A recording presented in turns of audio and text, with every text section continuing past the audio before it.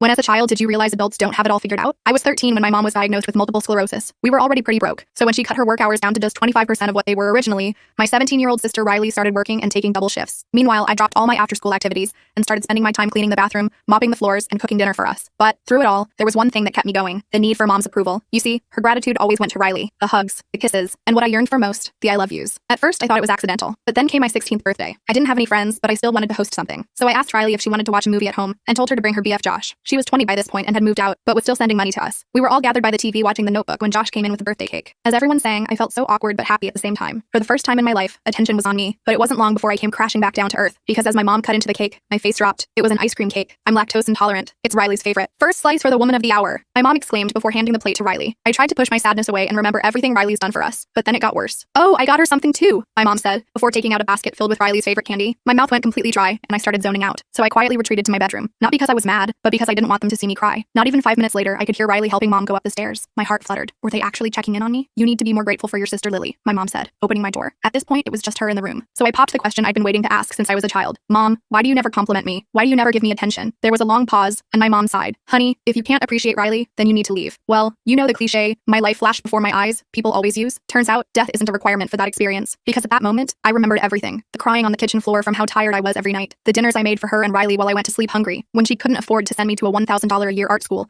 but then bought Riley a $2,000 laptop that same month. The thank yous I never got. You know what, Mom? You're right. I know she was probably just bluffing, but I was done. Her mouth opened slightly, and I started shoving all my stuff into plastic bin bags. Deep down, I was fighting back tears, but she didn't need to know that. Honestly, it wouldn't have taken much for me to stay. But instead of saying sorry, that she loved me, or even just a simple my bad, she just staggered out. That's how I spent my 16th birthday on the bus to my dad's house, with a freshly swollen face from crying, surrounded by black bin bags. But at least my dad was nice to me. Well, kinda. I was completely drained. I just wanted to talk about something else. Anything else. Lily, I know taking care of your mom is tough, but you should really be more like your sister. My eyes narrowed. I didn't even say anything, just laughed, sarcastically without humor. At that point, I accepted my 16th birthday was going to remain all about Riley, so I just went to bed. But turns out I was wrong, because it wasn't just my birthday, it was also the day after. When I woke up, I could hear my mom downstairs. This was weird because my mom and dad hadn't spoken since the diagnosis. Suddenly, all my sadness was replaced with anger. I stormed downstairs and told my mom, I'm sorry that the first time you decided to sell half of my belongings so you could buy Riley a new Lego set, I let it slide, because that made you think you could keep going. Lily. She tried to interrupt, but I continued. I'm sorry that I never told you about all the days I starved just so you could have better dinner. I stopped when I heard my dad's keys jingle. He was getting up to drive my mom home. His face was practically red with anger. I knew he hadn't known the whole story, and that he was taking my side. Suddenly, a miracle happened. My mom left something behind, her bag with Riley's laptop in it. Without thinking, I posted a photo of it on Facebook to sell, on the account my whole family follows. In just 10 minutes, I had sold it for almost half the price, and posted an updated photo with the words, sold. I tagged both my mom and Riley. I felt a chaotic excitement brew in my stomach as I turned my phone off. A few hours later, I saw that I had missed calls and texts, but not just from Riley and my mom. At that moment, I finally realized the butterfly effect is actually true, because it revealed a dark secret that changed how I viewed Riley forever. I can't tell you what happened next in this video. The full story is on my channel and linked below.